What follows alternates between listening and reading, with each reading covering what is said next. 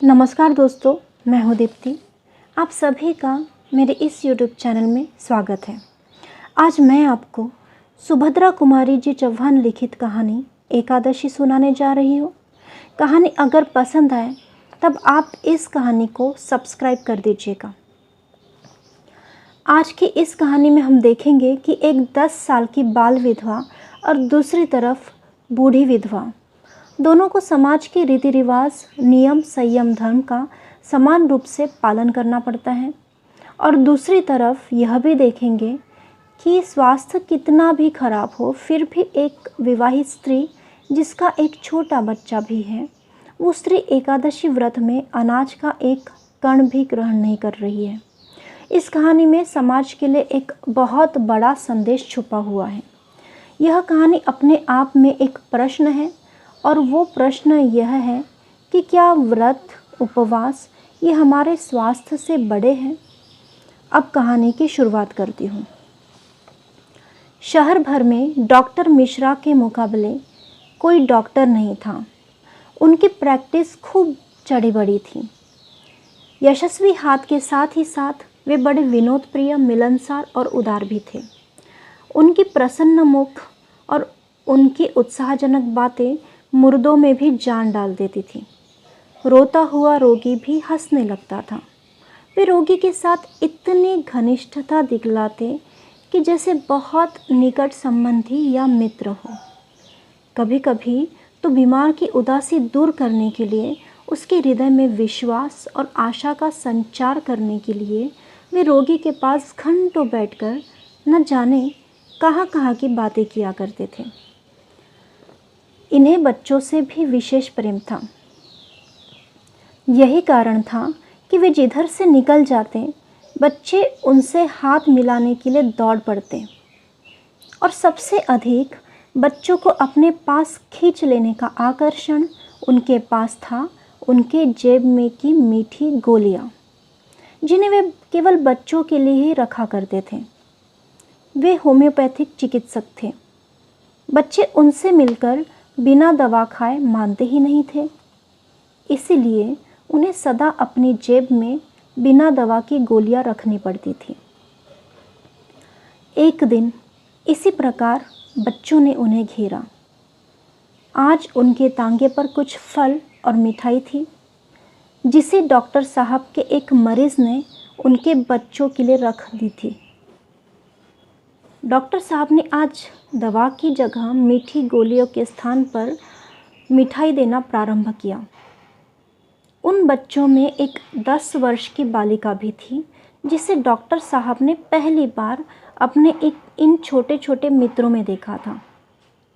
बालिका की मुखाकृति और विशेषकर आँखों में एक ऐसी भोली और चुभती हुई मोहकता थी कि उसे स्मरण रखने के लिए उसके मुख की ओर दूसरी बार देखने की आवश्यकता ही नहीं थी। दूसरे बच्चों की तरह डॉक्टर साहब ने उसे भी मिठाई देने के लिए हाथ बढ़ाया, किंतु बालिका ने कुछ लज्जा और संकोच के साथ सिमट कर सिर हिलाते हुए मिठाई लेने से इनकार कर दिया। यह बात ज़रा विचित्र सी थी कि बालक और मिठाई नहीं ले। डॉक्टर ने एक के जगह 2 लड्डू देते हुए उससे फिर बड़े प्रेम के साथ लेने के लिए आग्रह किया। बालिका ने फिर सिर हिलाकर अस्वीकृति की सूचना दी। तब डॉक्टर साहब ने पूछा, क्यों बिटिया, मिठाई क्यों नहीं लेती हो? बालिका ने कहा, आज एकादशी है, आज भी कोई मिठाई खाता है भला? डॉक्टर साहब हंस पड़े और बोले, यह इतने बच्चे तो खा रहे बेटा, तुम भी खा लो। बालिका बोली, आदमी खा सकते हैं, औरतें नहीं खाती। हमारी दादी कहती है कि हमें एकादशी में अन्न का एक भी दाना ग्रहण नहीं करना चाहिए। डॉक्टर मिश्रा ने कहा, तो तुम एकादशी करती हो?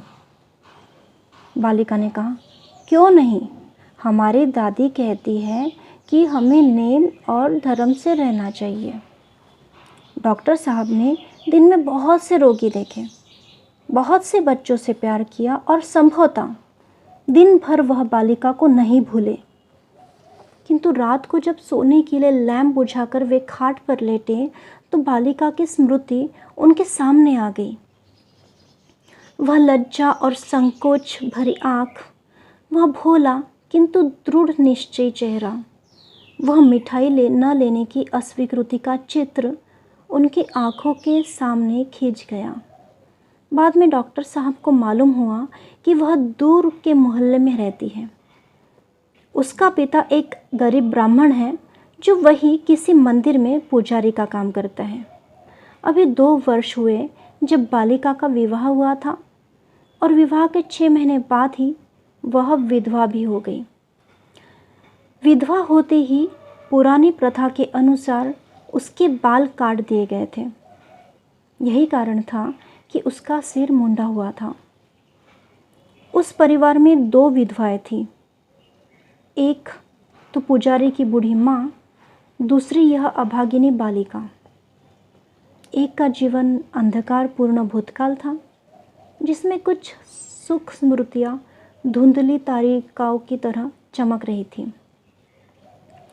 दूसरे के जीवन में था अंधकारपूर्ण भविष्य, परंतु संतोष इतना ही था कि वह बालिका अभी उससे अपरिचित थी। दोनों की दिनचर्या 60 और 10 वर्ष की अवस्थाओं की दिनचर्या एक सी ही संयमपूर्ण और कठोर थी। बेचारी बालिका नहीं जानती थी कि अभी उसके जीवन में संयम और यौवन के साथ युद्ध छिड़ेगा। इस घटना को हुए प्राय 10 वर्ष बीत गए। डॉक्टर साहब उस शहर को अपनी प्रैक्टिस के लिए अपर्याप्त समझकर एक दूसरे बड़े शहर में चले गए। यहाँ उनकी डॉक्टरी और भी चमकी। वे गरीब और अमीर सभी के लिए सुलभ थे। बड़ा शहर था, सभा सोसाइटियों की भी खासी धूम रहती थी और हर एक सभा सोसाइटी वाले यह चाहते थे कि डॉक्टर मिश्रा जैसे प्रभावशाली और मिलनसार व्यक्ति उनकी सभा के सदस्य हो जाएं। किंतु डॉक्टर साहब को अपनी प्रैक्टिस से कम ही फुर्सत मिलती थी। वे इन बातों से दूर ही थे। इसी समय शुद्धि और संगठन की चर्चा ने जोर पकड़ा। शताब्दियों से सोए हुए हिंदुओं ने जाना कि उनकी संख्या दिनों दिन कम होती जा रही है और मुसलमानों की संख्या बेहिसाब बढ़ रही है। यदि यही क्रम चलता रहा तो 100-150 वर्ष बाद हिंदुस्तान में हिंदुओं का नाम मात्र भले ही रह जाए, किंतु हिंदू तो कहीं ढूंढे से भी नहीं मिलेंगे। सभी मुसलमान हो जाएंगे। इसीलिए धर्मभ्रष्ट हिंदू और दूसरे धर्म वालों को फिर से हिंदू बनाने और हिंदुओं के संगठन की सबको आवश्यकता मालूम होने लगी। आर्य समाज ने बहुत बड़ा आयोजन करके 10-5 शुद्धियाँ भी कर डाली। हिंदू समाज में बड़ी हलचल मच गई। बहुत से खुश थे और बहुत से पुराने ख्याल वाले इन बातों को अनर्गल समझते थे। उधर मुसलमान भी उत्तेजित हो उठे। तंजीम और तबलीग की स्थापना कर दी गई, किंतु डॉक्टर मिश्रा पर इसका प्रभाव कुछ भी नहीं पड़ता। हिंदू और मुसलमान दोनों ही समान रूप से उनके पास आते थे और वे दोनों की चिकित्सा दत्तचित्त होकर करते। दोनों जाति के बच्चों को समान भाव से प्यार करते। उनकी आंखों में हिंदुओं का शुद्धि संगठन और मुसलमानों का तंजीम तबलीग व्यर्थ के उत्पाद थे। एक दिन डॉक्टर साहब अपने दवाखाने में बैठे थे कि एक घबराया हुआ व्यक्ति, जो देखने में बहुत साधारण परिस्थिति का मुसलमान मालूम होता था, उन्हें बुलाने आया। डॉक्टर साहब के पूछने पर उसने बतलाया कि उसकी स्त्री बहुत बीमार है। लगभग 1 साल पहले उसे बच्चा हुआ था। उस समय वह अपने माँ बाप के घर ही थी। देहात में उचित देखभाल न हो पाने के कारण वह बहुत बीमार हो गई। तब रहमान उसे अपने घर लेकर आया, लेकिन दिनों दिन तबीयत खराब होती जा रही थी। डॉक्टर साहब उसके साथ तांगे पर बैठकर बीमार को देखने के लिए चल दिए। एक तंग गली के मोड़ पर तांगा रुक गया। यही ज़रा आगे कुलिया से निकलकर रहमान का घर था। मकान कच्चा था। सामने के दरवाजे पर एक टाट का पर्दा पड़ा था जो 2-3 जगह से फटा हुआ था। उस पर किसी ने पान की पिक मार दी थी, जिससे मटियाला सा लाल धब्बा बन गया था। सामने ज़रा सी छपरी थी और बीच में एक कोठरी। यही कोठरी रहमान के सोने उठने बैठने की थी और यही रसोई घर भी थी। रहमान बीड़ी बनाया करता। गीले दिनों में यही कोठरी बीड़ी बनाने का कारखाना भी बन जाती थी, क्योंकि छपरी में बौछार के मारे बैठना मुश्किल हो जाया करता था। कोठरी में दूसरी तरफ एक दरवाज़ा और था, जिससे दिख रहा था कि पीछे एक छोटी सी छपरी है और जिसके कोने में कचरा पड़ा था और कचरे से दुर्गंधी भी आ रही थी। रहमान पहले भीतर गया। डॉक्टर साहब दरवाजे के बाहर खड़े रहे। बाद में वे भी रहमान के बुलाने पर अंदर गए। उनके अंदर जाते ही एक मुर्गी जैसे नवागंतुक के भय से कुड़कुड़ाती हुई, पंख फटफटाती हुई डॉक्टर साहब के पैरों के पास से बाहर निकल गई। डॉक्टर साहब के बैठने के लिए रहमान ने एक स्टूल रख दिया। उसकी स्त्री खाट पर लेटी थी। वहाँ की गंदगी और कुंद हवा देखकर डॉक्टर साहब घबरा से गए। बीमार की नब्ज देखकर उन्होंने उसके फेफड़े को देखा, परंतु सिवा कमज़ोरी की और कोई बीमारी उन्हें नहीं दिख पड़ी। वे बोले, इन्हें कोई बीमारी तो नहीं है, यह सिर्फ बहुत ज़्यादा कमज़ोर है। आप इन्हें शोरबा देते हो क्या? रहमान ने कहा, शोरबा यह जब ले तब ना, मैं तो कह कह कर तंग आ गया हूँ। कुछ खाती ही नहीं है ये। दूध और साबूदाना खाती है और इससे ताकत आती है क्या भला? क्यों? डॉक्टर साहब ने पूछा। क्या इन्हें शोरबे से परहेज़ है? रहमान ने कहा, परहेज़ क्या होगा डॉक्टर साहब, कहती है कि हमें हजम नहीं होता। डॉक्टर साहब ने हंस कर कहा, वाह, हजम कैसे नहीं होगा? हम तो कहते हैं सब हजम होगा। रहमान ने कहा, डॉक्टर साहब इतनी मेहरबानी और कीजिएगा कि शोरबा इन्हें आप ही पिला जाइए, क्योंकि मैं जानता हूँ यह मेरी बात कभी नहीं मानेगी।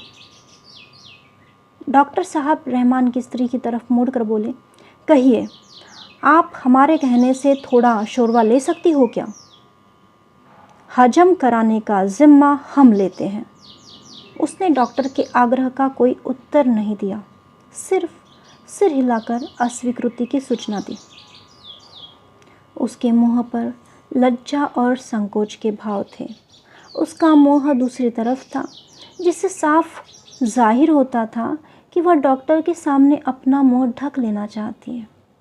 डॉक्टर साहब ने फिर आग्रह किया, आपको आज मेरे सामने थोड़ा शोरबा लेना ही पड़ेगा, उससे आपको ज़रूर फ़ायदा होगा। इस पर भी उसने अस्वीकृति सूचक सिर हिला दिया, कुछ बोले नहीं। इतने से ही डॉक्टर साहब हताश होने वाले नहीं थे। उन्होंने रहमान से पूछा कि शोरबा तैयार हो तो लेकर आओ, इन्हें पिला दे। रहमान उत्सुकता के साथ कटोरा उठाकर पिछवाड़े साफ करने गया। इसी अवसर पर उसकी स्त्री ने आंखें उठाकर अत्यंत कातर दृष्टि से डॉक्टर साहब की ओर देखते हुए कहा, डॉक्टर साहब मुझे माफ़ कर दीजिए, मैं शोरबा नहीं ले सकती। स्वर कुछ परिचित सा था और आँखों में एक विशेष चितवन, जिसे डॉक्टर साहब कुछ चकराए।